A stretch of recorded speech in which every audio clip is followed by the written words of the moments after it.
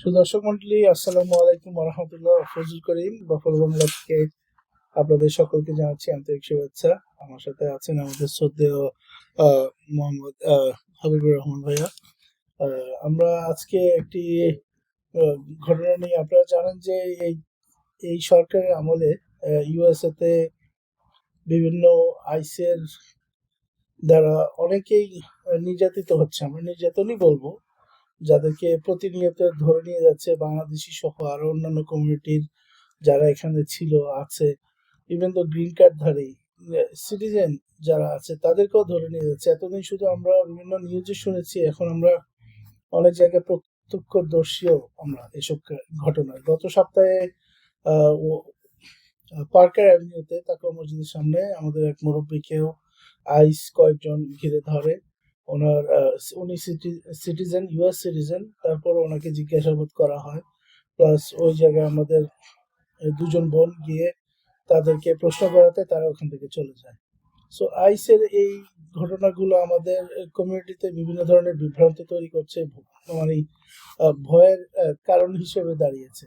এরকমই একটা ঘটনা নিয়ে আজকে এসেছি। আমাদের এখানে আমাদের এক ছোট ভাই আছে যে আহ, সে ওয়ালমার্টে কাজ করতো। সে তার ওয়ার্ক পারমিট ছিল, তার সোশ্যাল সিকিউরিটি ছিল, সব থাকা সত্ত্বেও আইস তাকে ধরে নিয়ে যায়। এবং তার বন্ধু তাকে মিসিং রিপোর্ট করার জন্য টোনারন্ডা পুলিশ স্টেশনে যাওয়ার পরে সেই তার বন্ধুকে টোনারন্ডা পুলিশ স্টেশন থেকে আইসের হাতে তুলে দেওয়া হয়। তারও ওয়ার্ক পারমিট ছিল, তার সোশ্যাল সিকিউরিটি ছিল। আমি প্রথমে হাবিব ভাইয়ের কাছে একটু শুনতে চাইবো উনি আরো কি কি আমাদের কমিউনিটিতে জানছেন, তারপরে আমরা পুরো মূল খবরে চলে যাব। আমাদের ছোট ভাইয়ের সাথে কথা বলবো। আসসালামু আলাইকুম ভাইয়া। আসসালামু আলাইকুম।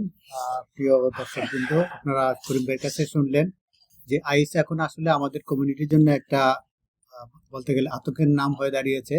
আইস অর্থাৎ immigration and customs enforcement team, যেটা সেই টিম যারা যে কোনো জায়গায় যে কাউকে আটক করার তাদের অধিকার থাকবে। বিশেষ কিছু সুবিধা দেওয়া আছে, তারা যে কোনো সময় যে কাউকে যে কোনো জায়গায় আটকাতে পারে।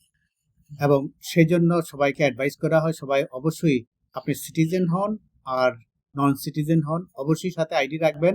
ইভেন সিটিজেনের সাথেও যদি আইডি না থাকে তারা তাকে ধরে নিয়ে যেতে পারবে। আপনি যতই বলেন যে আমি citizen, I have own all legal documents evidence to be here in the United States, then not gonna listen to anything. তারা আপনাকে নিয়ে যাবে, দেন বলতে পারেন যে তাতে কি নিয়ে যাবে, কিন্তু বিশাল হয়রানি। আপনাকে সেখানে নেওয়ার পরে ওরা প্রথম তখন যদি আপনি প্রমাণও করেন যে আপনি সিটিজেন, কিছুটা হ্যারাস করার চেষ্টা করবে যে সিটিজেনশিপ কিভাবে পেয়েছেন, মাধ্যমটা কি। ওরা অনেক অনেক অনেক ডিগ আউট করার চেষ্টা করে, মানে কিছু বের করার চেষ্টা করে আর কি। তো সেটা পারুক না পারুক, বাট মাঝখান দিয়ে আপনার অনেক হ্যাসেলের মধ্যে যেতে হবে আর কি। তো যেখানে এটা হচ্ছে অহরহ, এবং আমরা অনেক ইনসিডেন্ট শুনেছি, যেমন আমাদের মিনিস্টার মসজিদে এক ভাই ছিলেন সাব্বির আহমেদ, আমি নামটা বলেই ফেললাম। উনি এখন বাংলাদেশে আছেন। ওনাকে ধরে নিয়ে গেছিল লাস্ট সামারে, বেশ অনেকদিন ডিটেনশন সেন্টারে থাকার পর ফাইনালি উনি বাংলাদেশে আছেন। এবং আমি রিসেন্টলি আরেকটা কল পেয়েছি, এক ভদ্রমহিলার হাজবেন্ড, ওনাকেও আইস উঠিয়ে নিয়ে গিয়েছে। ওনাদেরও আমি শুনেছি, আমাকে যা বলা হয়েছে আমি শুধু তাই শুনেছি যে লিগেল ডকুমেন্টস আছে, অর্থাৎ work permit, social security, everything আছে, শুধু তাদের পার্মানেন্ট রেসিডেন্সি স্ট্যাটাস নাই। তাকেও ধরে নিয়ে শুধু গিয়েছে। বাবাকে না, অনেকের মাকেও ধরে নিয়ে যাচ্ছে, অনেকের ওয়াইফকে ধরে নিয়ে হ্যাঁ যাচ্ছে। হ্যাঁ হ্যাঁ 3 মাস 4 মাস এই এই ফ্যামিলিটা যে এই মুহূর্তে কিরকম হ্যাসেলের ভিতরে যেতে হয়, এটা আমরা বলে বোঝাতে পারবো না অবশ্য। তো এই ক্ষেত্রে আমি করিম ভাইকে অনুরোধ করবো, আমি কিছু ব্যাপার পড়েছিলাম যে ওরা আপনাকে ফেস করলে কি কি প্রশ্ন করতে পারে এবং আপনার কি অ্যান্সার দেওয়া উচিত। আপনার বাড়িতে এসে যদি নক করে, আপনি চাইলেই you can refuse to open the door, আপনার ইউ হ্যাভ দ্যাট রাইট। তারা ঘরের ভিতরে ঢুকতে পারবে না। সেটাই। হ্যাঁ, এই রাইট আছে। আমি ওইখানে পড়েছি, আরো কিছু লজ আছে, আমি সেগুলি পরবর্তীতে শেয়ার করবো, করিম ভাই শেয়ার করবে। অবশ্যই। তো এখন আমরা যেটার জন্য বসেছি, আমরা আপনারা শুনেছেন করিম ভাই বলেছে যে আমাদের এক মানে খুব ছোট ভাই বলতে পারি বা ছেলের মতো বলতে পারি, সে তার ফ্রেন্ডকে খুঁজতে গিয়েছিল। এখন দেখেন, ওকেই খুঁজতে গিয়েছিল। ও আচ্ছা সরি, ও ওর এখন ওর আছে। ওর ফ্রেন্ড খুঁজতে গিয়েছিল ওকে। এখন ও বাইরে আছে, ওকে ধরে নিয়ে গিয়েছিল, ও বন দিয়ে বের হয়ে এসছে। বাই দিস টাইম ওর ফ্রেন্ড যে ফ্রেন্ডটা ওকে এখনো খোঁজ আছে। করতে গিয়েছিল, তেনাউন্ডা পুলিশ স্টেশনে মিসিং রিপোর্ট করতে। এখন সে ভিতরে আছে, তাকে আইস ধরে নিয়ে গেছে। সো দর্শক, এই আমরা ব্যাপারে ওর প্রাইভেসির জন্য আমরা ওকে দেখাচ্ছি না, আমরা শুধু ওর কথাটাই রেকর্ড করছি। আমরা ওর মুখ থেকে আমরা পুরো ঘটনাটা একটু শুনবো। আপনারাও আশা করি ওর ঘটনাটা শুনবেন, এবং আমরা এরপরে কি কি পদক্ষেপ নেওয়া দরকার আমরা আপনাদের সাথে শেয়ার করব। হ্যাঁ, তুমি তোমার নামটা বলো। নাম বলা দরকার সরি, নেই। আচ্ছা, হ্যাঁ, জাস্ট খালি কি ঘটেছিল তোমার সাথে এই কয়দিন, তুমি কিভাবে ছিলে, ওই পুরো হ্যাঁ কোথায় আমাদেরকে থেকে যদি একটু- কিভাবে জি। উঠিয়ে নিয়ে- আসসালামু আলাইকুম বাফলোবাসী, আশা করি আপনারা সবাই ভালো আছেন। তো নভেম্বর মাসে, গত মাসের মাঝামাঝি সময়ে আমি ওয়ালমার্টে গিয়েছিলাম কাজ করতে। তো কিছুক্ষণ ওখানে অপেক্ষা করার পর আমি কোনো অফার পাচ্ছিলাম না, তো আমি চিন্তা করলাম ওয়ালমার্টে গিয়ে খাবো। তো এর জন্য আমি গাড়ির পেছন থেকে ওয়ালমার্টের সামনের দিকে যাবো। আমি গাড়িটা রিভার্সে দেওয়া মাত্রই আমাকে চারদিক থেকে আইসের কয়েকটা গাড়ি এসে বক্সিং করে ফেলে। গাড়ি থেকে নামার আগেই অফিসার নামতে আমার গাড়ির দিকে আসতে আসতে সে আমার নাম, আমার সবকিছু সে বলতেছিল। আমি সে আগে আগে থেকে জানতো। সে আগ থেকে জানতো যে আমি এই কলেজে স্টুডেন্ট ভিসা নিয়ে আসছি, কেন সেখানে অ্যাটেন্ড করতেছি না, আমার এই নাম। তো আমাকে বলতেছিল যে আইডিটা শো করতে। তা আমি তাকে জাস্ট আমার আইডিটা বের করে তাকে দিলাম। আমি তো ভাবতেছিলাম যে কোনো সমস্যা নাই, কারণ হচ্ছে যে আমি তো জানি ইলিগাল ক্রিমিনাল ওদেরকে ধরতেছে, যারা হয়তো এই দেশে। So, তোমার স্ট্যাটাসটা কি তখন ছিল যখন তুমি অ্যারেস্ট হও? আমি তখন ইউএসসিএস এর সাথে আমার পেন্ডিং অ্যাসাইলাম কেস ছিল, আমার ওয়ার্ক পারমিট ছিল, আমার সোশ্যাল সিকিউরিটি ছিল। আমি এদেশে F1 ভিসা নিয়ে আসছিলাম। F1 টার্মিনেট হওয়ার আগে আমি অ্যাসাইলাম সিক করছিলাম। কোনো গ্যাপ ছিল না কোনো স্ট্যাটাস? কোনো স্ট্যাটাস গ্যাপ ছিল না, কোনো ক্রিমিনাল হিস্ট্রিও ছিল না। আচ্ছা আচ্ছা, ফাইন টাইম করে কিছু নাই। না, ওকে। তো আমি ভয় পাচ্ছিলাম না, ভাবতেছিলাম কারণ ক্রিমিনালদেরকে ধরবে, আর হয়তো যারা কোনো কেস নাই বা ইলিগাল ওদের। তো আমি তাকে আমার আইডিটা শো করা মাত্রই সে এটাতে শুধু আমার নামটা সে কনফার্ম করছে। করার পরে সে আমাকে বলে step out of the vehicle. তখন আমি আমি বলতে পারতাম তাকে যে আমাকে অ্যারেস্ট ওয়ারেন্ট শো করাও, জাজের বা এগুলা জিনিস, যারা অনেক তো দেখছি ভিডিও, বাট আমি জানি যে এগুলা জিজ্ঞেস করে কোনো লাভ হয় না, সে দরজা ভেঙে আমাকে নিয়ে যাবে। তা আমি কমপ্লাই করছি তার অর্ডারের সাথে। আমি গাড়ি থেকে নামছি, সে আমাকে সার্চ করে সাথে সাথে আমাকে অ্যারেস্ট করে ফেলে। আমাকে সে বলে যে ভিডিও রেকর্ড হচ্ছে সবকিছু, এটা বলে সে আমাকে গাড়িতে ঢুকে ফেলে। তারপর আমাকে পথে নেওয়ার সময় আমি তাকে বলতেছিলাম যে আমার তো এদেশে একটা পেন্ডিং অ্যাসাইলাম কেস আছে ইউএসসিএস এর সাথে, তাহলে আমাকে কেন নিয়ে যাচ্ছেন আপনি? সে আমাকে বলতেছিল যে তোমার পেন্ডিং অ্যাসাইলাম এটা কোনো স্ট্যাটাস নাই দেশে, তুমি কলেজে কেন যাও নাই? আর অ্যাসাইলাম থাকলে তুমি বাংলাদেশে ফেরত যাবা, ওখানে থেকেই তোমার অ্যাসাইলামের ইন্টারভিউ হবে। আমি বললাম যে না, এটা তো না, আমার তো ইউএসসিএস এর সাথে পেন্ডিং অ্যাসাইলাম আছে। বলে যে এরপর একটু পরে সে বলে যে তোমার ইউএসসিএস এর সাথে পেন্ডিং অ্যাসাইলাম আছে, সেটা আমরা এখন সরাই ইমিগ্রেশন কোর্টে নিয়ে যাব, এখন তোমার এগুলা 2 মাসের মধ্যে সব ফাইনাল হিয়ারিং হয়ে যাবে।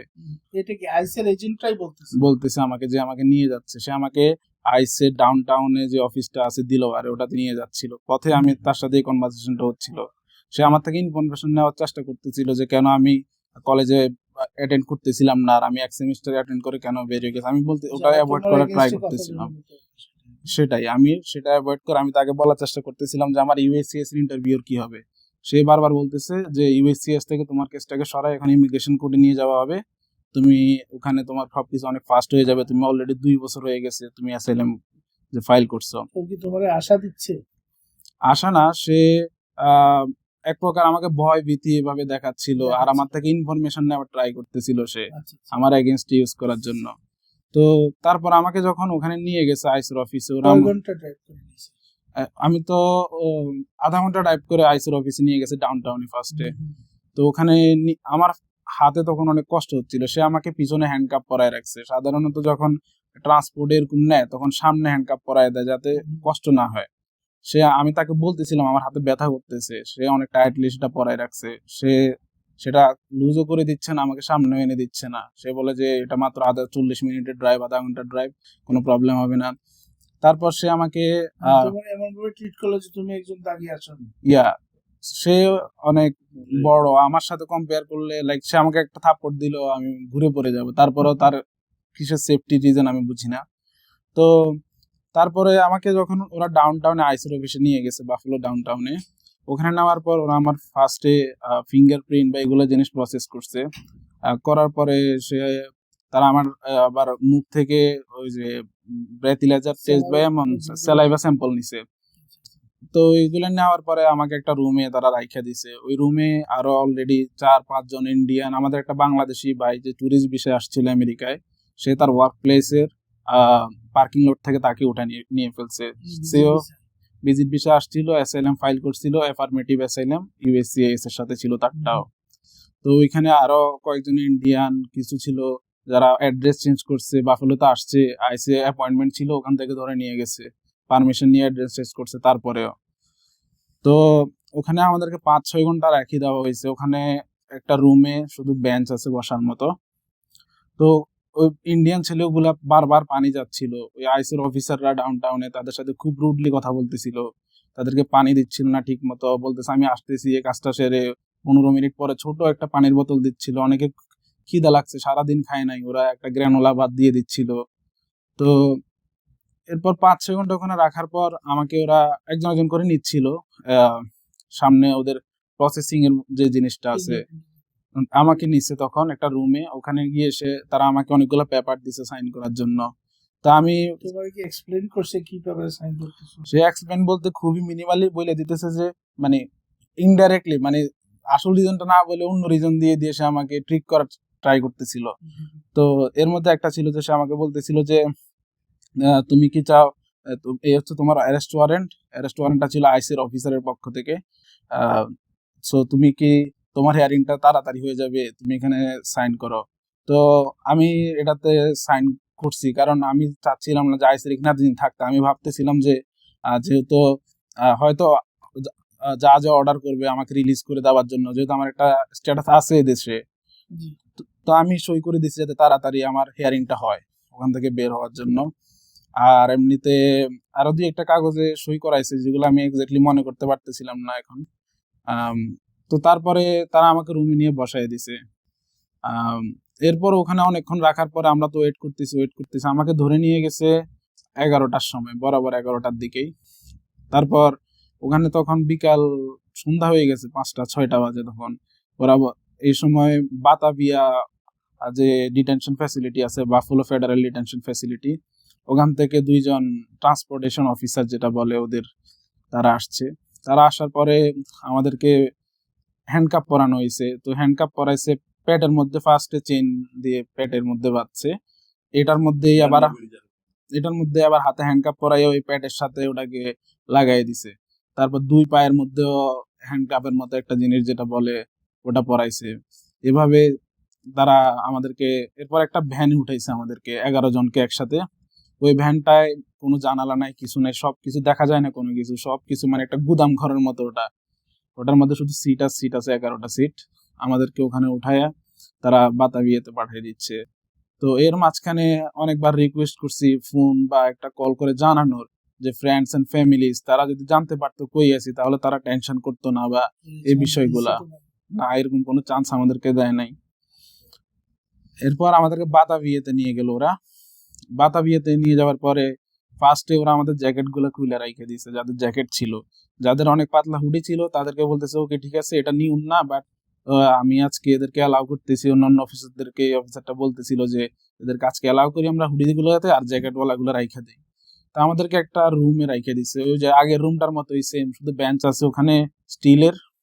ওরা ওখানে এসি সাইডে রাখছে, এই শীতের মধ্যে এসি চলতেছে ওখানে ওই রুমটার মধ্যে, চারদিকে গ্লাস বন্ধ, ওরা দরজা বন্ধ করে রাখছে ওই রুমটার।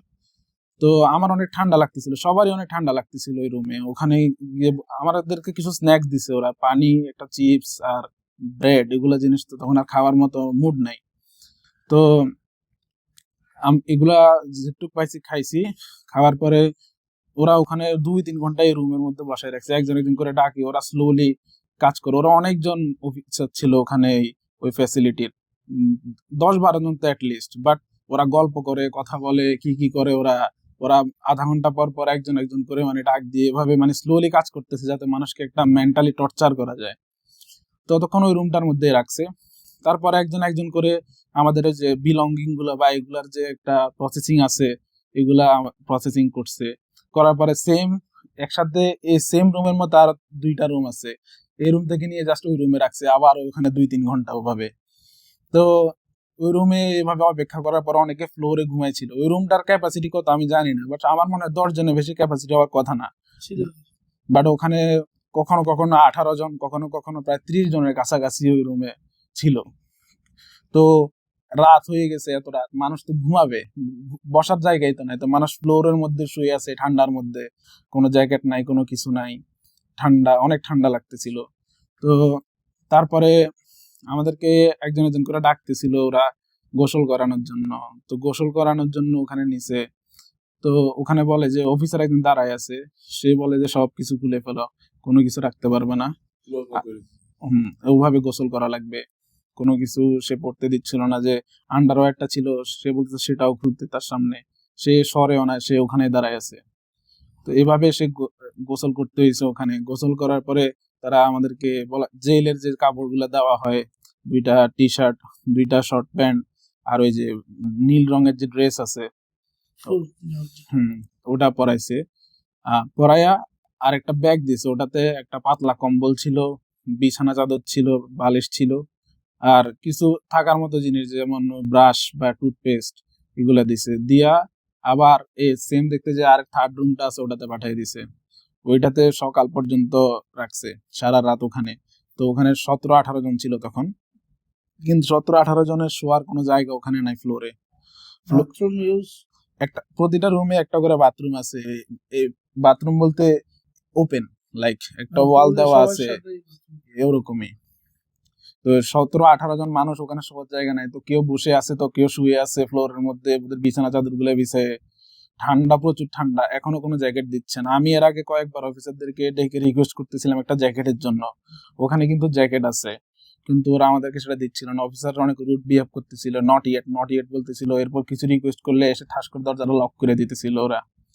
তো তারপরে ওখানে তো ছিলাম সারা রাত, এক রাত। পরের দিন সকালবেলায় আমাদের অর্ধেককে নিয়ে গেছে একটা ইউনিটে। ওখানে সবগুলা ফ্যাসিলিটিতে অনেক ইউনিট ভাগ করা, ইউনিট আলাদা আলাদা। তো একটা ইউনিটে সাধারণত 100 জন থাকে, তো আমাকে ফার্স্ট একটা টেম্পোরারি ইউনিটে নিয়ে গেছে।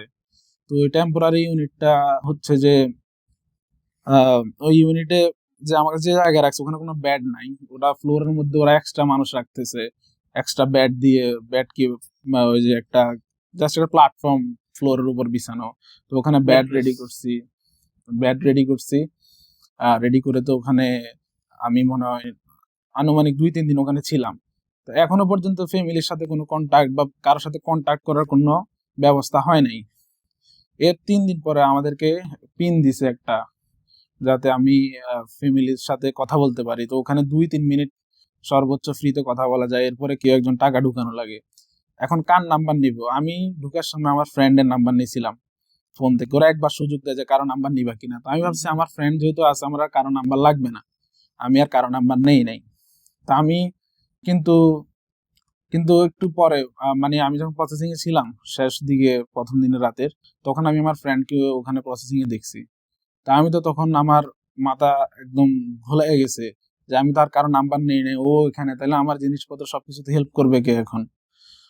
তো পরে আমি যখন নাম্বার পাইছি বিভিন্ন একটা ফোন দিছি আমার ভাইকে, ফোন দিয়ে আমার ওই ফ্রেন্ডটা কিভাবে বলতেছি, আমার ফ্রেন্ড বাড়িতে ফোন দিয়ে ওদের কাছে থ্রুতে জানতে পারলাম যে আমার ফ্রেন্ডটাকে অ্যারেস্ট করছে। কারণ ও আমাকে ধরে নিয়ে যাওয়ার পর আমি কই আছি ও সেটা বুঝতে পারতেছিল না, কে কিডন্যাপ করছে নাকি ফোন ধরতেছি না, ও তো ওখানে ছিল, কোথায় চলে গেলাম হঠাৎ করে। তো ও বিকালের দিকে নটনওয়ান্ডা পুলিশ স্টেশনে গেছিল যে একটা পুলিশ রিপোর্ট করতে আমার নামে। তো ওর সাথে আমার আরো ফ্রেন্ড আর এখানকার ওর কলিগ যারা পাকিস্তানি দেশের সিটিজেন, ওরা 2জন, তো তারা 4 জন গেছিল। তো নটনওয়ান্ডা পুলিশ বলতেছে যে ওকে ঠিক আছে, আমরা আইসে ফোন দিয়ে দেখি ওরা তোমার ফ্রেন্ডকে ডিটেইন করছে কিনা। তো উনি আইসে বা বর্ডার পেট্রোলে যেখানে ফোন দিছে, ফোন দিয়ে কথা বলার পরে উনি বলে যে আচ্ছা এখানে ওর সাথে সেম অ্যাড্রেসে থাকে কে? তো ও তো আমার ফ্রেন্ড। তো বলে যে আচ্ছা তুমি ভিতরে আসো, তোমার একটা স্টেটমেন্ট লাগবে। এই কথা বলে তাকে ভিতরে নিয়ে একটা রুমের মতো, আমি তো জানি না কি, একটা রুমের মতো হয়তো জায়গা তারা রাখছে। এরপর কিছুক্ষণ পর তাকে বর্ডার পেট্রোল আসছে, ওখান থেকে ওরা আইডি চেক করে ওকে কোশ্চেন করতেছিল। ও বলছে যে আমি কোনো অ্যান্সার দিব না আমার লয়ার প্রেজেন্ট ছাড়া। তো এই কথা বলছে, ওর সাথে সাথে অফিসার রাগ করে তাকে হ্যান্ডকাপ পরায় তাকে নিয়ে চলে গেছে। হয়তো তাকে অনেক কিছু আজ করছে অনেক জায়গায়, সে কোথাও কোনো পেপারে সাইন করে নাই, কারণ তার লয়ার ছাড়া সে কোনো কিছুতে সাইন করবে না, কোনো কিছু অ্যান্সারও দিবে না।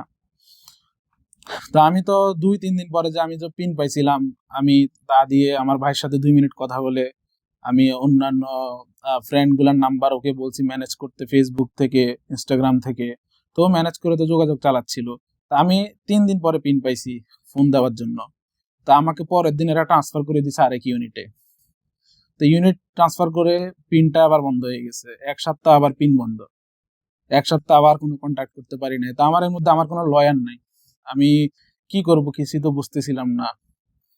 তো নতুন যে ইউনিটে নিয়ে আগে যে ইউনিটে ছিলাম ওখানে তো একটু খোলামেলা মতো ছিল, মানে সবাই সবার সাথে কথা বলতে পারতো, 100 জন তো ছিল, একসাথে খাবার খাইতো বা টিভি দেখা যাইতো। নতুন যে ইউনিট নিয়ে গেছে এটা হয়তো অরেঞ্জদের ইউনিট, অরেঞ্জ বলতে যারা হয়তো ক্রিমিনাল বা এমন হিস্ট্রি, ওদের ইউনিটকে হয়তো খালি করে আমাদেরকে রাখা হয়েছে, কারণ ওই ইউনিটে প্রতিটা রুম আলাদা আলাদা, রুমগুলো লক করা, রুমগুলোতে 2টা করে বেড থাকে প্রতিটা রুমে, উপরে নিচে বাঙ্ক বেড বলে যেটাকে, আর একটা টয়লেটও রুমের মধ্যে আছে। তো সবকিছু ওভাবেই করা লাগে। আর প্রতিদিন প্রায় 18 থেকে 19 ঘন্টা রুম লক করা থাকে। বেরোতে দেয় না। না, রুম থেকে বের হওয়া যায় না, কারোর সাথে কমিউনিকেট করা যায় না। আর 5 ঘন্টা বা 6 ঘন্টা যেটা বাইরে থাকা যায়, তার মধ্যেও ধরেন একটু পর পর এখন তখন 1 ঘন্টা এক এক দিন এক এক টাইম এভাবে বাইর করতো। তো কখন গোসল, আবার খাওয়া দাওয়া, এগুলো জিনিস বাদ দেওয়ার পরে মানে কোনো কিছু করতেই পারি না। সারাদিন, রাতে তো ঘুম আসে না, দিনেও ঘুমাইতে পারি না, এগুলো টেনশনে। তো 19 ঘন্টা 18 ঘন্টা ওই রুমে থাকা একটা মানসিক একটা টর্চার। তার উপর আবার পিন বন্ধ করে দিছে ইউনিট ট্রান্সফার করার পরে 1 উইকের জন্য। তো 1 উইক পর আমার পিনটা অন হয়েছে, অনেক অ্যাপ্লাই বা এগুলো জিনিস করার পরে, অনেক কাগজ ফিল আপ করার পরে ফর্ম। তো আমি তখন এটা পেয়ে এর মধ্যে আবার আমরা অনেক বাংলাদেশি ভাইকেও দেখছি ওখানে অনেক ছিল। আমার ফার্স্ট ইউনিটেও 3 জন বাংলাদেশি ভাই ছিল, সেকেন্ড ইউনিটেও 1 জন ছিল, আরেকজনও ছিল আমি আসার দিন তাকে নিয়ে গেছে। আর জানতে পারলাম আমার যে ফ্রেন্ড, সে ওই ইউনিটেই ছিল, আমি পরে যে ইউনিটে আসছি। কিন্তু আমি যেদিন আসছি আমার সাথে তাকে 5 ঘন্টা রাখছে, এরপরে তাকে ট্রান্সফার করে দিছে অন্য ফ্যাসিলিটিতে। কোথায় আছে তুমি জানো? ওরে এরপর নিয়ে গেছে, ওরে বলছে যে ওকে টেক্সাস নিয়ে যাবে, ওরে সই করতে পেপারে। ও বলছে না, আমি পেপারে সই করবো না। বলে পেপারে সই না করলেও তোমার টেক্সাস পাঠিয়ে দিবে, অফিসারে বলে। তো এরপর সে তাকে, এরপর তো আমি ভাবলাম যে টেক্সাস চলে যাবে, 1-2 দিন বা সর্বোচ্চ 2 দিন লাগবে, সবকিছু তার সাথে আবার কন্ট্যাক্ট হবে ফ্যামিলি বা ফ্রেন্ডস এর থ্রুতে। তো তাকে যখন কন্ট্যাক্ট করার ট্রাই করতেছি, তাকে আর কন্ট্যাক্ট করে পাওয়া যাচ্ছিল না। 1 উইক পরে তার খোঁজ পাইছি, তাকে নিয়ে গেছে ফার্স্টে লুইজিয়ানাতে, ওখানে কোনো স্পেস নাই। লুইজিয়ানা থেকে নিয়ে গেছে তাকে টেক্সাসে। এগুলো এই 2টা ছিল প্লেনে, কি প্লেনে এত কিছু আজ করি নাই ওকে। এরপরে টেক্সাসেও জায়গা নাই, ওখান থেকে তাকে নিয়ে গেছে নিউ মেক্সিকোতে বাসে করে। নিউ মেক্সিকোতে যে ফ্যাসিলিটিতে নিয়ে গেছে ওটা ছিল একটা কাউন্টি জেল, ওটা কোনো ডিটেনশন ফ্যাসিলিটি না। তো কাউন্টি জেলে তাকে রাখা হয়েছে, এখনো পর্যন্ত সে ওখানেই আছে। তার সাথে যোগাযোগ করা একটু ডিফিকাল্ট, কারণ তার এখানকার রুল বা সবকিছু আলাদা, ডিফারেন্ট। আর তার ওখানে টাকা পাঠানো, যে কল করার জন্য, এগুলো একটু ডিফিকাল্ট, অনেক হ্যাসেল করে এগুলা পাঠাইতে হয়, মানে অনেক ডিফিকাল্ট সিস্টেম করে রাখছে সবকিছু। অন্য জায়গাকে ধরছে অন্য দেশি যারা আছে সবাই কি সিমিলার কেস আর অন্য কোনো ডিফারেন্ট কেস? আমাদের একজন বাংলাদেশি ভাই ছিল যে স্টুডেন্ট ভিসায় আসছিল, তারও ওয়ার্ক পারমিট ছিল, সব ছিল, বাট সে ভুলে কানাডা বর্ডারে চলে গেছে, ভুল এক্সিট নিয়ে। গ্রিন কার্ড সিটিজেন এরকম কেউ আছে? বাংলাদেশি নাই, কিছু চাইনিজ লোক ছিল যারা গ্রিন কার্ড হোল্ডার ছিল। তাদেরকে কি কারণে ধরে নিয়ে আসছে তারা বলতে পারতেছে না এখনো পর্যন্ত। আবার আমার ফ্রেন্ড এখন যে নিউ মেক্সিকোতে আছে, তার ওখানে একটা পাঞ্জাবি লোক আছে মেবি, সে বিয়ে করছে, বিয়ের থ্রুতে গ্রিন কার্ড পাইছে, বাট তার বিয়েটা ফ্রড বলে তাকে নিয়ে আসছে। এভাবে অনেকে আছে গ্রিন কার্ডে, আবার অনেকে আছে যারা জুবিনাইল বা এরকম কি বলে ওটা, অ্যাডপশন আন্ডার এজে যে কেস মারছে, ওদের অনেকের অ্যাপ্রুভ হয়েছে। তো ওটা আমি তো ওটা সম্পর্কে জানি না, বাট ওরা বলছে ওটাতে গ্রিন কার্ড হতে একটু টাইম লাগে। তো ওদের গ্রিন কার্ডের জন্য ওয়েট করতেছিল, ওদেরকে ধরে নিয়ে চলে আসছে ট্রাম্প। মেবি সব অ্যাডপশন বা জুবিনাইল এটা ক্যান্সেল করে দিছে। শেষ পর্যন্ত তুমি ছাড়া পেলে কি? আমার তো আমাকে ফার্স্ট একটা মাস্টার হিয়ারিং ওরা দিয়ে দিয়েছিল 2 সপ্তাহ পরে ধরার।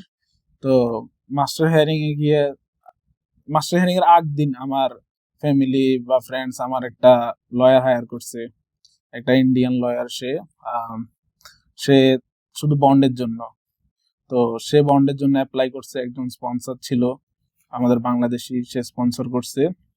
তারপর বন্ড হিয়ারিং, আমার মাস্টার হিয়ারিং এর সময় আমি জাজ আমাকে বলে যে ওকে তোমার কোনো লয়ার আছে? আমি বললাম যে না, আমার একটা কোনো লয়ার নেই অ্যাসাইলামের জন্য, আমার একটা বন্ডের জন্য লয়ার আছে, যেটাকে আমি একদিন আগে হায়ার করছি।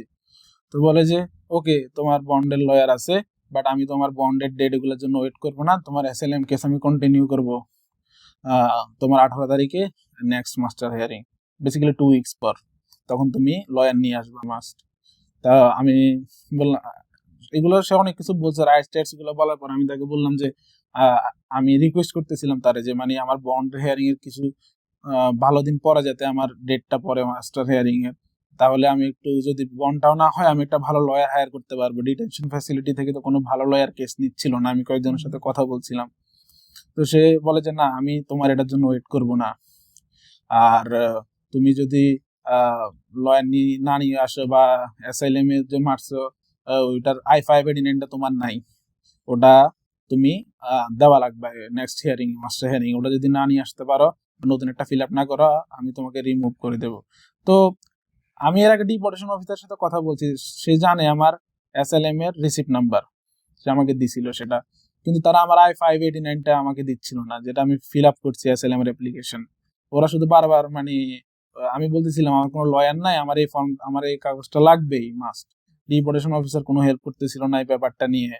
আবার জাজ ওখানে ওটা নাই বলে, জাজের কাছে তো এটা থাকা উচিত।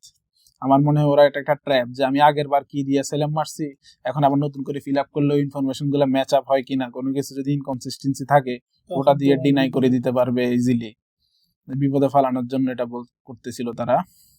তো তারপরে জাজকে রিকোয়েস্ট করার পরে জাজ বললো ওকে, আমি দেখছি তোমার বন্ডের হিয়ারিং আছে 10 তারিখে, তো তোমার 18 তারিখে মাস্টার হিয়ারিং সেকেন্ড, সো তোমার কাছে 1 সপ্তাহের মতো সময় থাকবে, এটা একটা অ্যাম্পল টাইম, তুমি লয়ারটা যাই হায়ার করো। তো এরপর আমার বন্ডের হিয়ারিং ছিল, বন্ডের হিয়ারিং এ আমার লয়ার ভালো ছিল, ও অনেক ইন্ডিয়ান কমিউনিটিতে অনেক পপুলার ছিল, সবাই বলতেছিল ও বন্ডের কেস নিলে বন্ড হয়ে যায় সবার। তো আমারটা হয়েছে বন্ড, $5,000 বন্ড দেওয়া লাগছে, বন্ড অ্যামাউন্ট সেট করছে, আর আমার পায়ে অ্যাঙ্কেল ব্রেসলেট পরাই দিছে, যে জিপিএস ওটা দিয়ে ট্র্যাক করবে ওরা, যদিও জাজের কোনো কিছু অর্ডার দেয় নাই আমি যখন হিয়ারিং এ ছিলাম, বন্ডের হিয়ারিং এ। পায়ে অ্যাঙ্কেল ব্রেস থাকা অবস্থায় তুমি কি নিউ ইয়র্ক সিটি যাইতে পারবে না, নরমালি চলাফেরা করতে পারবে? আমাকে আজকে আমার একটা সকালে আইসে অ্যাপয়েন্টমেন্ট ছিল, তো আমি ওখানে গেছিলাম। ওরা বলছে যে নিউ ইয়র্ক সিটি বা এরকম জায়গায় যদি যাইতে হয় ওদের কাছ থেকে আগে পারমিশন নেওয়া লাগবে, অ্যাড্রেস চেঞ্জ করলে পারমিশন নেওয়া লাগবে, আর এখান থেকে আমার বাসা থেকে 50-60 মাইলসের বাইরে যেন না যাই।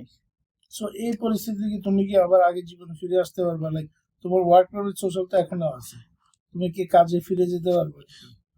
এখন আমি তো ওয়ালমার্টে কাজ করতাম, এখন আমার যে অ্যাঙ্কেল ব্রেসলেটটা আছে এটা নিয়ে আমি ওয়ালমার্ট দিয়ে ঢুকতেও পারতেছি না, এটা ঢুকলে এটা অনেক এটা নয়েজ করতে থাকে, ওয়ালমার্টের ভিতরেও সব জায়গায় নয়েজ হইতে থাকে অনেক জোরে জোরে, ঢুকার সময় বাইরে হওয়ার সময়, তো মনে করে যে চুরি করতেছি, তো এভাবে তো কন্টিনিউ করা পসিবল না। আর পায়ে একটা অ্যাঙ্কেল ব্রেসলেট থাকলে আমি কোথাও কাজ করতে গেলে, ধরেন কেউ তো রিপোর্ট করবে যে একটা আসামি কমিউনিটির মধ্যে ঘোরাফেরা করতেছে, ইয়েস, ওরা তো ভাববে আমি একটা অনেক বড় ক্রিমিনাল। তোমার ভাবে যে তোমার সাথে যে আচরণটা করা হয়েছে অ্যারেস্ট থেকে শেষ পর্যন্ত ক্রিমিনালের মতোই আচরণ করা হয়েছে। ক্রিমিনাল মতো আচরণ করেছে, প্রত্যেকটা রিকোয়েস্ট, ওখানকার অফিসারদের বিহেভিয়ার, এমনকি আমার একটা জিনিস আমার পার্সোনালি ফিল হয়েছে যে ইমিগ্রেশন জাজরাও ইন্ডিপেন্ডেন্টলি কোনো ডিসিশন দিতে পারতেছে না, ওরা ডিএচএস এর কাউন্সিলকে খুব ভয় পায়। আমার যেটুক মনে হয়েছে অনেকের এমন হয়েছে যে জাজে বন্ড অ্যামাউন্ট অর্ডার করে 5,000, ডিএচএস এর কাউন্সিল বলে নো এটা টু লো, এরপর জাজে আবার এটাকে সরাই 12,000 করে দিছে। তো আবার 12,000 করার পরে সে এটা পে করবে, রাইট, $12,000 ম্যানেজ করতে একটু টাইম লাগে, তো 2-3 দিন পরে আইস এটা ক্যান্সেল করে দেয়, বলে যে 3 দিনের মধ্যে পে না করলে ক্যান্সেল, কিন্তু তাকে এরকম কোনো জিনিস জানাই দেওয়া হয় না। এমনকি আমাকে যে রিলিজ করা হয়েছে, আমার ওখানে আমাকে একটা কন্ডিশন যে পেপার দিবে তারা, যে আমি কি কি করতে পারবো না, তখন আমাকে কোনো কিছুই দেয় নাই। আজকে আমি আইসের ওখানে গেছিলাম, যে আমাকে কিছু ডকুমেন্ট দিছিল, তো আমি ওগুলো এখনো চেক করি না, হয়তো ওখানে থাকতে পারে, বাট ওরা ক্লিয়ার কাট কোনো কিছু বলে না, মানুষকে ইজিলি ফাঁসায় আবার ধরে ফেলে। এরপরের প্রসেসটা কি? এখন আমার কেসটা বাফলো ইমিগ্রেশন কোর্টে চলে আসছে, এখন আমার আগামী বছর অক্টোবরে আমাকে একটা মাস্টার হিয়ারিং দিছে। এখন এখানে বছর পর্যন্ত মনে করো তুমি এখানে আসো। এখন সেটাও বলা যাচ্ছে না। আবার ট্রাম্প তো নতুন একটা অর্ডার দিছে যে যাদের অলরেডি ইমিগ্রেশন কোর্টে অ্যাসাইলাম হিয়ারিং আছে তাদেরকে চাইলে ডিএচএস আর জাজ ওরা কনসাল্ট করে তার কেসটা ক্লোজ করে তাকে থার্ড কান্ট্রিতে সেন্ড করে দেওয়ার একটা জিনিস সে পাশ করাইছে আজকে, সেটা দেখতে পাইছি আমি। সব দেশে এই আতঙ্ক। হ্যাঁ, এটা হয়তো আনফর্চুনেট, বাট অনেক কারণই হয়তো সেটা থাকতে পারে। কারণ আসলে ইউএসএ তে হয়তো আমরা আমাদের দিকটা দেখি, বাট কি কারণে করতে হচ্ছে, বাধ্য হচ্ছে, সেটারও হয়তো একটা প্রেক্ষাপট আছে, সেটা আমরা জানি না, গভর্নমেন্ট জানে। কারণ হয়তো এত পরিমাণে ইলিগেল বা আনডকুমেন্টেড ইমিগ্রেন্ট এই দেশে আছে, যেটা অনেক কারণেই তারা চায় না আনডকুমেন্টেড কেউ থাকুক, সেটা হতে পারে। এনিওয়ে, বাট আনডকুমেন্টেড কেউ না। না না, আমি আমি আমি আমি সেটা বলতেছি যে সেটা করতে গিয়ে এখন দেখা যাচ্ছে কি যারা ডকুমেন্টেড, যারা ইভেন সিটিজেন, তারাও বিভিন্ন হয়রানির শিকার হচ্ছে। রিসেন্ট একটা ঘটনা, আমার ওইটার সাথে এটার হয়তো তেমন রিলেশন নাই, বাট কিছু কিছু জিনিসের সিমিলারিটি পাচ্ছে আর কি। আমার এক ছোট ভাই ফ্রেন্ড, তার ছেলে মানে স্টুডেন্ট ভিসাতে এখানে আসে ক্যালিফোর্নিয়াতে পড়াশোনার জন্য। তো ও আসার পরে কিছুদিন পরে সম্ভবত সামার ভ্যাকেশন শুরু হয়। তো সে দেশে যাবে, কারণ তার আমি স্টুডেন্ট ভিসাতে আসছি, লিগেল ওয়েতে আসছি, আবার দেশে যাব, এসে আবার আমার সেমিস্টার শুরু হবে, আমি ক্লাস কন্টিনিউ করব, এটাই ছিল তার মনে। তো সে যাওয়ার আগে অনেকেই তাকে অনেক নিষেধ করছে যাওয়ার ব্যাপারে, সে শুনে নাই, সে যায়, আনন্দ করতেই দেশে যায়। আসার পথে সে আনন্দ মানে ভিন্ন রূপ নেয় আর কি। দুবাইতেই তাকে অনেক আটকায়। দুবাইয়ের পরে সে যখন ফাইনালি ইয়াতে আসে, ইউএসএ তে আসে, ওইখান থেকে তাকে আর এয়ারপোর্ট থেকে বের হইতে দেয় নাই, তাকে নিয়ে যায় ডিটেনশন সেন্টার নিয়ে যায়, এবং সেখানে সে 30 আওয়ার্স ছিল, এবং ওই 30 আওয়ার্সে no food, no clothing, just আন্ডারওয়্যারটা ছিল শরীরে, নাথিং এলস, শুধু আন্ডারওয়্যারটা ছিল। এবং ও দেশ থেকে অলমোস্ট মানে জ্বর নিয়ে আসছিল, এখানে এসে নিউমোনিয়ার মতো হয়ে গেছে। তো লাকিলি ওকে বেশি দিন রাখে নাই, মনে হয় 1 দিন বা 2 দিন পরে দেশে পাঠিয়ে দিছে, দেশে যাওয়ার পরে চিকিৎসা করে। বাট ইমোশনাল একটা ট্রমা গেছে। তো এটা আসলে দুঃখজনক, বাট কি করা যায়, আমি করিম ভাইকে অনুরোধ করবো, এবং আমিও চেষ্টা করব ওই কিছু ওদের যে গাইডলাইন্স গুলো শেয়ার করার জন্য, যাতে মানুষ সাবধান হইতে পারে, সতর্ক হইতে পারে, আর যার যে স্ট্যাটাস যেটাই আছে না কেন, সেটাকে যেন মানুষ ঠিক মতো এভিডেন্স গুলো, কাগজগুলো, ডকুমেন্ট গুলো কিছু হলেও সাথে রাখে। কারণ ওরা ইনস্ট্যান্টলি কিছু দেখতে চায়। ইভেন আমি ইউএস সিটিজেন, আমার কোনো আইডি নাই, আমাকে যদি রাস্তায় স্টপ করে ওরা নিয়ে যেতে পারে, আমার থামার কোনো উপায় নেই। আরেকটা সাজেশন দেওয়া যায় যে যত পেপার ওয়ার্কস আছে সবগুলো স্ক্যান করে একটা প্রাইভেট আলাদা একটা ইমেল করে, যেটা পাসওয়ার্ড আমাদের মনে থাকে, সো ওই ডকুমেন্টস গুলো ওই ইমেলে সেভ করে রাখে, যেন কখনো যদি কোর্টে যাওয়া হয়, যদি ওই ডকুমেন্টস গুলো চায়, সাথে সাথে ওইখানেই অন দ্য স্পটে যেন। হ্যাঁ, সেটা করতে পারে কোনো ফ্যামিলি মেম্বারকে। যেমন আমি আমার লকারে, সেফ লকারে আমার সবকিছু রাখলাম, কিন্তু দেখা গেল in absence of me nobody can open that. এটা হেল্প করবে না। একটা ফাইল, একটা ডকুমেন্ট, কিছু কয়েকজনের অ্যাক্সেস থাকবে। যেমন আমি আমার ফ্যামিলি মেম্বার্স, বা আমি হাজবেন্ড হইলে আমার ওয়াইফ বা করে রেখে গেলাম। কোনো কারণে আমার যদি এমন হইতে পারে আমাকে উঠিয়ে নিয়ে গেল, আমি কল করলাম যে আমার এই ডকুমেন্ট গুলো নিয়ে তোমরা কোর্টে হাজির হও, তখন যাতে ফাইলটা নিয়ে গিয়ে তারা এখন হাবিব ভাই, এরকম তো গল্প আমাদের আরো আছে, শুধু ওর এই গল্প না, শুধু ও না, বাফলোতে অনেক আছে, আমরা জানি যে। সো অনেকের ফ্যামিলি আছে, অনেকের ফ্যামিলি নাই, বাট ওর এই মুহূর্তে যে অবস্থা, ও এখন কাজে যেতে পারতেছে না, ওর ফ্যামিলিও নাই, কোনো ব্যাকআপও নেই, ওর দেশে চলে যাওয়া ছাড়া উপায় নেই। এখানে যদি থাকতে হয়, ফাইট করতে হবে ইমিগ্রেশনের সাথে, কেসটা উইন করতে হবে, দেন হয়তো কাগজপত্র হইলে সে আবার স্বাভাবিক ইয়েতে চলে আসবে, নরমাল লাইফে ব্যাক করতে পারবে। সো আমরা বাফলোবাসী হিসেবে, বাফলো কমিউনিটি হিসেবে আমরা কিরকম সহযোগিতা তাদেরকে করতে পারি? তোমার তো যে ফ্রেন্ডটা আছে, তার জন্য তো এখন বন্ডের দরকার। ইয়েস, তার পরশুদিন তার বন্ডের হিয়ারিং সকালবেলায়, কিন্তু এখনো আমি অনেক চেষ্টা করতেছি, কিন্তু এখন আমি তার জন্য একটা স্পন্সর ম্যানেজ করতে পারি নাই। তোমার ব্যাপারটা মানে এর মাধ্যমে তোমাকে কি জাতীয় হেল্প তুমি আশা করো, যদি কিছু চাও আর কি বাফলোবাসীর কাছে, সেটা বলতে পারো যে আমাকে আপনারা এই জাতীয় হেল্প করতে পারেন। কি বলেন করিম ভাই, কিছু বলার থাকলে যে সবার বাফলোবাসীর উদ্দেশ্যে বলতে পারো যে আমি আপনাদের এই কারো ছেলের মতো, কারো ভাইয়ের মতো, কারো বন্ধুর মতো, আমি এই কন্ডিশনে, এই বিপদে আছি, এবং তুমি হিয়ারিং এর আগে তুমি বলতে গেলে তোমার পায়ে যে এই ছেলেটা যে আমাদের পাশে বসে আছে, ও বলছে যে ওর পায়ে একটা চিপ পরানো আছে, হ্যাঁ ব্রেসের মতো পরানো আছে, যেটার কারণে সে ওয়ালমার্টে কাজও করতে পারবে না, কারণ সেখানে গেলে ওয়ালমার্টের ওই it gets intercepted by the security system. Security সিস্টেমের সাথে ওইটা ইন্টারঅ্যাক্ট করে, তখন অ্যালার্ম বাজতে থাকে, যার কারণে ও সেখানে কাজও করতে পারবে না, ইচ্ছা থাকলেও পারবে না। তার মানে হলো তার এখানে লাইভলিহুডের জন্য সাপোর্টের দরকার, নাম্বার ওয়ান। তার বেঁচে থাকার জন্য সাপোর্টের দরকার। আমি কি ঠিক বলছি? জি। হ্যাঁ, সাপোর্টের দরকার হচ্ছে, পাশাপাশি ভবিষ্যৎ প্রসেস মানে যে স্পন্সরের জন্য, তারপরে বন্ডের জন্য ফার্দার সাপোর্টের দরকার হবে। তো তোমার কোন পর্যায়ে তোমার ফ্যামিলি বা যাদের কাছ থেকে যা নিতে পারো, তার বাইরে কি লাগবে, তুমি you can appeal to the residents of Buffalo. First of all আমার তো এখানে লিভিং কস্টের একটা বিষয় আছে আপাতত, আর তার উপরে আবার আমার একটা অ্যাসাইলাম এর লয়ার হায়ার করা প্রয়োজন, যেটার জন্য কিছু ফিস আছে।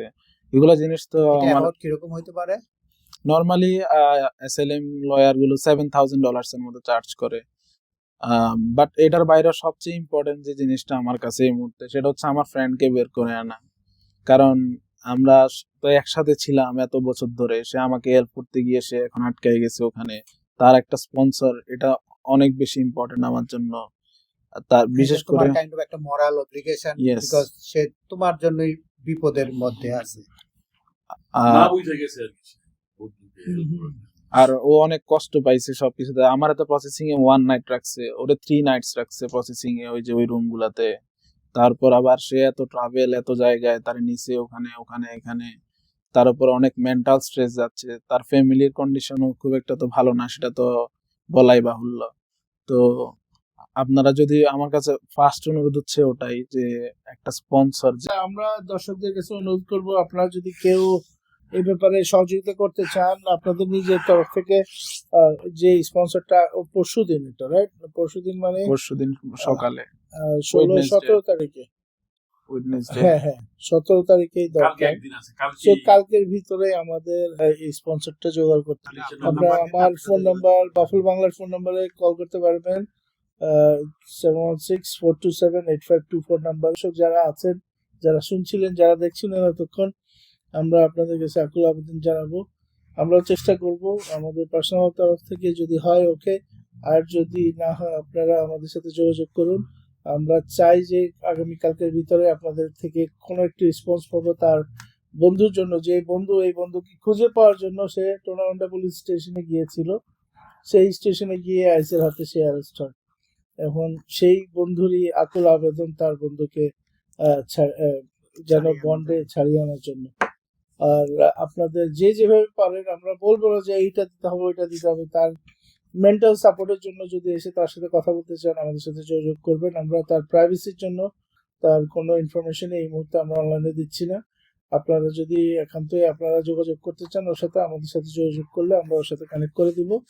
আর আশা করি আমরা অতীতেও আরো অনেক সহযোগিতা পেয়েছি আপনাদের, বিভিন্ন কারণে, বিভিন্ন সময়ে, বিভিন্ন আবেদনে। এবারেও আমরা ন্যূনতম সহযোগিতা হলো আপনাদের কাছ থেকে পাবো। আর আমি শেষ করার আগে হাবিব ভাইয়ের কাছে কিছু জানতে চাচ্ছি। ধন্যবাদ করিম ভাই। আমিও আপনার এখানে আর বেশি কিছু বলার নেই, আমরা অনেকক্ষণ অনেক কথা বলেছি। তো আবারও অনুরোধ করবো, কোনো সহৃদয়বান ব্যক্তি যদি এই সময় আমাদের এই যে ছোট ভাই বলেন, ছেলে বলেন, যে বলেন, এবং ওর বন্ধু সাহায্যার্থে যদি এগিয়ে আসতে পারেন, তাহলে আমাদের আমরা গর্বিত হব যে আমাদের একজন কমিউনিটির ছেলেকে আমরা উপকার করতে পেরেছি। আমি অনুরোধ করব, সহৃদয়বান ব্যক্তি যারা দেখলে তার মধ্যে যার এই মানে হেল্প করার মতো মানে ক্যাপাসিটি আছে, উইদিন দিস ব্র্যাকেটে যারা আছেন, তারা দয়া করে এগিয়ে আসবেন, হেল্প করার চেষ্টা করবেন, এবং এই ব্যাপারে যিনি করতে চান আমাদের করিম ভাইয়ের সাথে সরাসরি যোগাযোগ করবেন। বাফেলো বাংলার করিম ভাই, ওনার নাম্বারে কল করলে ওনাকে পাবেন এবং উনি আপনাদেরকে বলে দিবেন কি করতে হবে। তবে আবার বলছি, সময় মাত্র একদিন, কারণ 17 তারিখে কোর্টে অ্যাপিয়ার করতে হবে, তাই না? সবাইকে ধন্যবাদ জানিয়ে আজকের মতো এখানে শেষ করছি। ভালো থাকবেন, সুস্থ থাকবেন। আসসালামু আলাইকুম।